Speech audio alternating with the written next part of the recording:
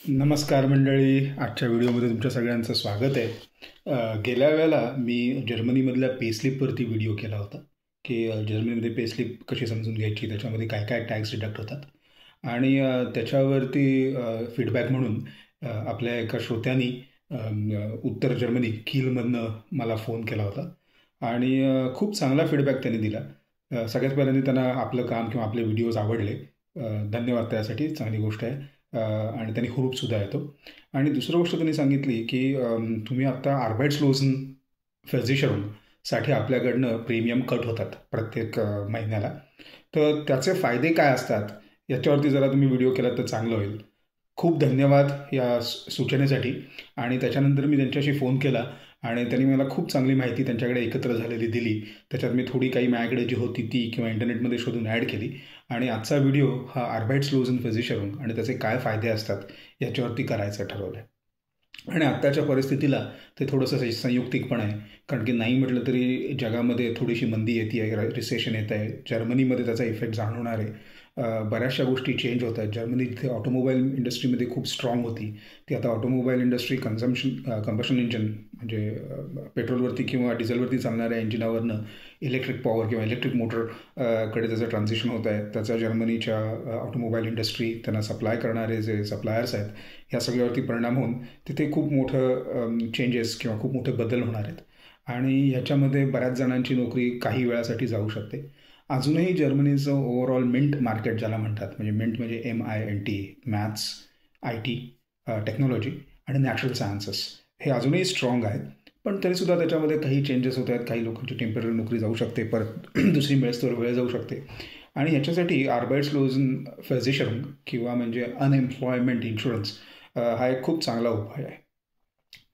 जर्मनीमध्ये तुम्ही payslip video बघितला असेल तर तुम्हाला लक्षात असेलच ते, पण परत एकदा त्याचं रिव्हिजन किंवा उजळणी म्हणून सांगतो की तुमची जी काही सॅलरी तुम्हाला मिळते त्याच्यातले 2.6%, 1.3% तुमच्याकडनं आणि 1.3% काम देणाऱ्याकडनं म्हणजे एम्प्लॉयरकडनं हे अनएम्प्लॉयमेंट इन्शुरन्स कॉन्ट्रीब्युशन किंवा अनएम्प्लॉयमेंट इन्शुरन्स प्रीमियम म्हणून गव्हर्नमेंटकडे जमा केलं जातं. आणि 2.6% म्हणजे 1.3% आर्बाइट नेमर किंवा एम्प्लॉईला आणि 1.3% आर्बाइट गेबर म्हणजे एम्प्लॉयरला ते होतं. आणि त्याचा स्लॅब 2025मध्ये €8,050 पर मंथ इथपर्यंत आहे. म्हणजे ज्याप्रमाणे तुमचं सॅलरी असेल त्याच्या 1.3%, मॅक्झिमम 8,050पर्यंत 1.3% म्हणजे साधारण €105 महिन्याला होतात, ते तुमच्याकडनं कट केले जातात. हे कंपल्सरी आहे, हे मॅन्डेटरी आहे. याच्यामध्ये काही तुम्हाला निगोसिएशन करायची जागा नाही आहे, हे कट होतंच. आणि ह्याचे फायदे काय मिळतात तर ह्याचे फायदे असे आहेत की ज्यावेळेला जर का तुम्ही कधी दुर्दैवाने म्हणा किंवा परिस्थितीमुळे म्हणा अनएम्प्लॉईड झालात, की जर का तुम्ही बेरोजगार झालात, तर तुम्हाला सरकार तुमचा उदरनिर्वाह चालवण्यासाठी पैसे देते.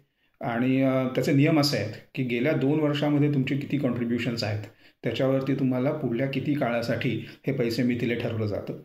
गेल्या 2 वर्षामध्ये जर का तुम्ही 24 महिन्यामध्ये जर का तुम्ही गेल्या 5 वर्षामध्ये जर का तुम्ही 2 वर्ष कॉन्ट्रीब्युशन्स केलेले असतील, जर का तुम्ही 2 वर्ष किंवा 24 महिने जर का एम्प्लॉईड असाल आणि तुमच्याकडनं 1.3% कट झाले असतील, तर तुम्हाला पुढले 12 महिने गव्हर्नमेंटकडनं तुमच्या सॅलरीच्या, नेटो सॅलरीच्या म्हणजे टॅक्स डिडक्शन झाल्यानंतर जी सॅलरी शिल्लक राहते त्याच्या 60% हे तुम्हाला गव्हर्नमेंटकडनं तुमचं घर चालवण्यासाठी म्हणून दिलं जातं.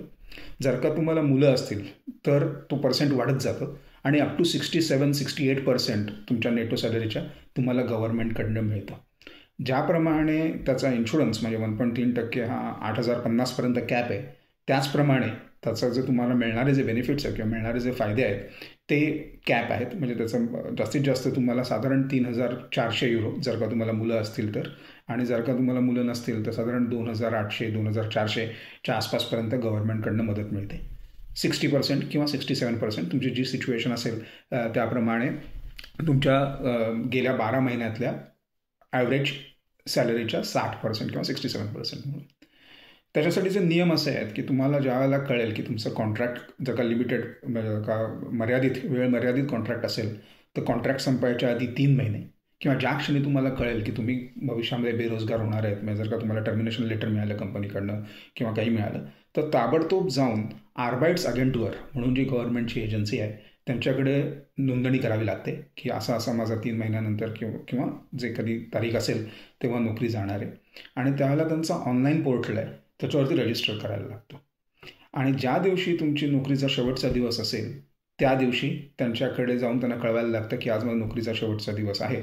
आणि त्याच्यानंतर पुढल्या दिवसापासून तुम्हाला ते बेनिफिट्स चालू होतात. आणि हे बेनिफिट्स हे फक्त तुमचं उदरनिर्वाह चालावा या दृष्टीनेच नाही, तर तुम्हाला परत नोकरी मिळण्यासाठी जी काही मदत करायला लागेल त्या मदतीसाठी सुद्धा ॲडिशनल रिसोर्सेस किंवा ॲडिशनल हेल्प ही या आर्बाइट्स अगेंटवरकडनं उपलब्ध असते. आता उदाहरणच घ्यायचं झालं तर तुम्हाला एखादी जर का नोकरीची जाहिरात आहे आणि त्या नोकरीच्या जाहिरातीमधले बरेचसे मुद्दे जे आहेत किंवा बरेचसे जे क्वालिफिकेशन्स आहेत ते तुम्ही पूर्ण करताय, पण तुम्हाला एखाद्याच क्वालिफिकेशनची गरज आहे. मी आता धरून चला की तुम्ही IT मध्ये आहात आणि तुम्हाला ITचा एक्सपिरियन्स चांगला आहे, लँग्वेज एक्सपिरियन्स किंवा जो काही त्यांचा डोमेन एक्सपिरियन्स आहे तो तुम्हाला चांगला आहे, पण तुम्हाला त्याच्यामध्ये प्रोजेक्ट मॅनेजमेंट हे लिहिलेलं आहे. तर तुम्ही प्रोजेक्ट मॅनेजमेंटसाठी लागणारे जे कोर्सेस आहेत ते कोर्सेस करू शकतात आणि त्याची जी फी आहे ती आर्बाइट्स अगेंटवर 2 महिन्यासाठी, 3 महिन्यासाठी, 6 महिन्यासाठी, वर्षभरासाठी कव्हर करते. आणि म्हणजे ते तुम्हाला जी काही मदत होणं शक्य आहे परत नोकरी मिळण्यासाठी ते करण्याची त्यांची सिस्टीम आहे. म्हणून याच्यामध्ये काही गोष्टी अशा पण लक्षात घेतल्या जातात की आता जर का तुम्ही जनरली आपली मराठी कम्युनिटी जी जर्मनीमध्ये आहे ते इंजिनियर्स किंवा वेल एज्युकेटेड लोक आहेत, त्यामुळे ते लोक असं म्हणतात की नॉर्मली तुम्हाला जर का तुम्ही नीट प्रयत्न केलेत तर 6 महिन्यामध्ये 8 महिन्यामध्ये नोकरी मिळून जाईल. त्यामुळे जर का अशा वेळेला तुम्ही जर का वर्षभराचे कोर्सेस निवडलेत तर ते थोडे रिलक्टंट असतात तुम्हाला मदत करायला. पण जर का खरोखरच सूट होणारे किंवा त्याच्यावरती चपकल बसणारे जर का कोर्सेस तुमचे असतील तर ते अगत्याने तिथे मदत करतात. दुसरी गोष्ट अशी पण आहे की जर का तुम्हाला कुठे इंटरव्ह्यू द्यायला, जर्मनीमध्ये साधारण अशी पद्धत आहे की ज्यावेळेला कंपनी तुम्हाला इंटरव्ह्यू देण्यासाठी प्रत्यक्ष फेस टू फेस समोरासमोर बसून बोलण्यासाठी ज्यावेळेला ती बोलवते त्यावेळेला तुमचा येण्या जाण्याचा खर्च, फार लांब असेल तर हॉटेलचा खर्च ही तुम्हाला कंपनी पे करते. ही सोय आर्बाइट्स अगेंटवरकडे पण आहे.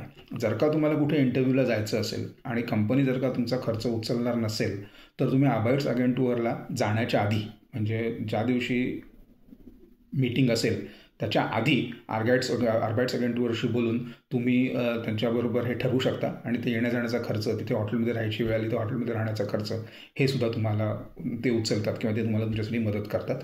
म्हणजे जे शक्य आहे नोकरी मिळवण्यासाठी तिथे सगळ्या प्रकारची मदत ते तुम्हाला करत असतात.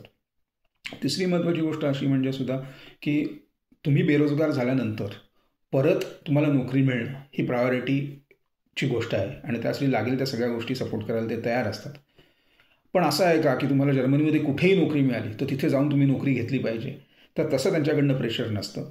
जर का तुम्ही त्यांना संयुक्तिक कारणं देऊ शकलेत की तुमचं लग्न झालं आहे किंवा तुमची मैत्रीण आहे किंवा तुमची मुलं आहेत ती एखाद्या शहरामध्ये आहेत, एखाद्या शाळेमध्ये आहेत आणि जर का तिथे जर का तुमचा आयुष्याचा मेन पॉईंट किंवा मेन फोकस हा त्या शहरामध्ये आहे तर जनरली आर्बाइट्स अगेंटवर तुम्हाला सांगतं की त्या शहराच्या आजूबाजूला 50 किलोमीटर, 60 किलोमीटर, जास्तीत जास्त 100 किलोमीटरच्या त्रिज्येमध्ये किंवा रेडियसमध्ये तुम्ही नोकरी शोधा आणि तिथे तुम्हाला ते एनकरेज करतील. अगदीच बाहेर जाऊन नोकरी करा असं काही ते तुम्हाला फोर्स करणार नाहीत.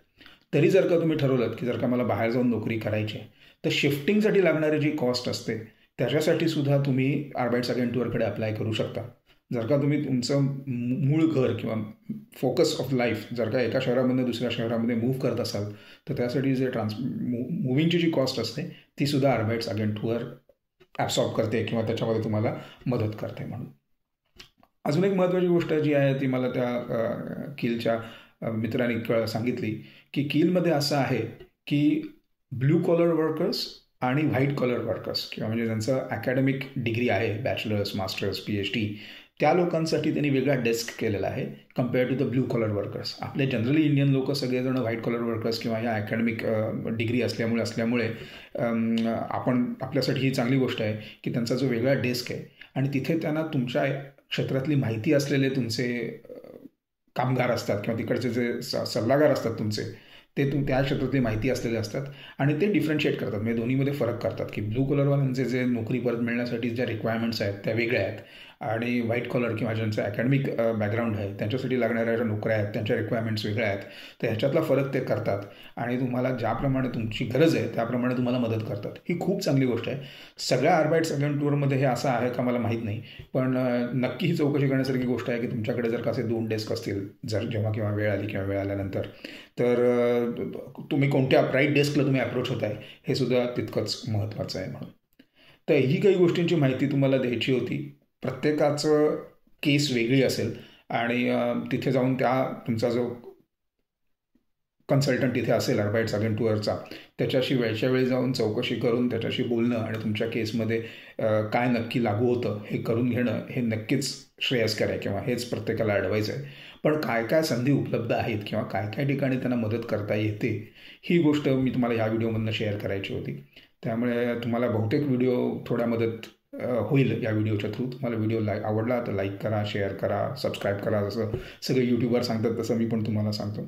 आणि दुसरी एक मला महत्त्वाची गोष्ट थोडीशी तुमच्याबरोबर शेअर करायची आहे की आपण मराठी मध्यमवर्गीय लोक जी इथे येतो ती आपली थोडीशी मेंटॅलिटी अशी असते की जर का बेरोजगार झालो किंवा काही कारणाने जर का नोकरी गेली तर आपण त्याच्यावरती फार बोलत नाही, आपण आपलं नेटवर्क फार यूज करत नाही.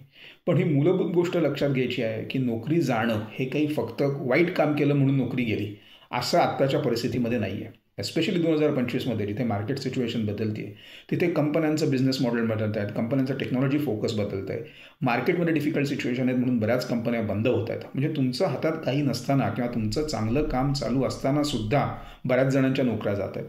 तर हा जो माइंड शिफ्ट आहे किंवा हा जो विचार करण्याचा फरक आहे तो आपल्या मराठी लोकांमध्ये येणं गरजेचं आहे की जरी नोकरी गेली तरी त्याचं न लाजता जास्तीत जास्त लोकांची त्याच्याबद्दल बोलणं, सहानुभूती मिळण्यासाठी किंवा सिंपथी मिळण्यासाठी म्हणून नाही, पण तुमचं जे नेटवर्क आहे ते तुम्हाला दुसरी नोकरी चांगली आणि लवकर मिळण्यासाठी मदत करू शकतं. ह्या हेतूने किंवा आत्ता तुमची नोकरी केलेली असताना कठीण समय असताना तुम्हाला काय मदत मिळू शकेल तुमच्या नेटवर्ककडनं, 4 अनुभव मिळतील, 4 ठिकाणचे नवीन कॉन्टॅक्ट्स मिळतील. तर ह्यासाठी जास्त ओपनली ह्या गोष्टी शेअर करणं हे महत्त्वाचं आहे. याचं अवेअरनेस तयार होणं हे महत्त्वाचं आहे. आणि त्या दृष्टीने सुद्धा मी हे खूप खूप चांगलं आहे आणि खूप खूप धन्यवाद आपल्या मित्राला ज्याने हे पुढे येऊन मला हा विषय सुचवला आणि त्याची आणि माझी मतं एकदम जुळली की आपण ह्याच्यावरती बोलत नाही पण हा बोललं गेलं पाहिजे. ही एक गोष्ट. आणि दुसरी गोष्ट आपण समजून घेतलं पाहिजे की हे जे सरकार आपल्याला मदत करत आहे हे सरकारच्या म्हणजे खूप चांगलं आहे, म्हणजे धन्यवाद त्याच्याबद्दल काही डाऊटच नाही. पण ह्याची एक गोष्ट लक्षात घेतली पाहिजे की हा आपला इन्शुरन्स आहे. याच्यासाठी आपण प्रत्येक महिन्याला 100 युरो प्रीमियम त्याचा भरतो. म्हणजे ह्या ज्या मिळणाऱ्या गोष्टी आहेत हा आपला अधिकार आहे कारण की आपण हा प्रीमियम भरलेला आहे आणि त्याचा आपल्याला फायदा मिळतो. म्हणून त्याच्यामध्ये फार लाजून जायचं किंवा फार ओशाळ होण्याचं काही कारण नाही. तर हा हक्क आहे आणि हे सांगायला किंवा हा हक्क आपला मिळवण्यासाठी जी काही मेहनत, जी काही माहिती गोळा करायला लागेल ती करणं हे आपलं कर्तव्यच आहे. हे थोडं माझ्या मनाचे 2-4 गोष्टी त्याच्यामध्ये मी तुम्हाला ॲड केल्या. होपफुली तुम्हाला व्हिडिओ आवडला असेल. असेच तुम्हाला कोणतेही विषय महत्त्वाचे वाटत असतील ते मला तुम्ही जरूर कळवा, मी त्याच्यावरती व्हिडिओ करेन. परत एकदा आपल्या किलच्या मित्राला धन्यवाद. हा विषय पुढे आणल्याबद्दल तुम्हा सगळ्यांना धन्यवाद. आणि असा तुमचा फीडबॅक हुरूप देतो, त्यामुळे नक्की तुम्ही व्हिडिओ बघा आणि आम्हाला कळवा. थँक्यू.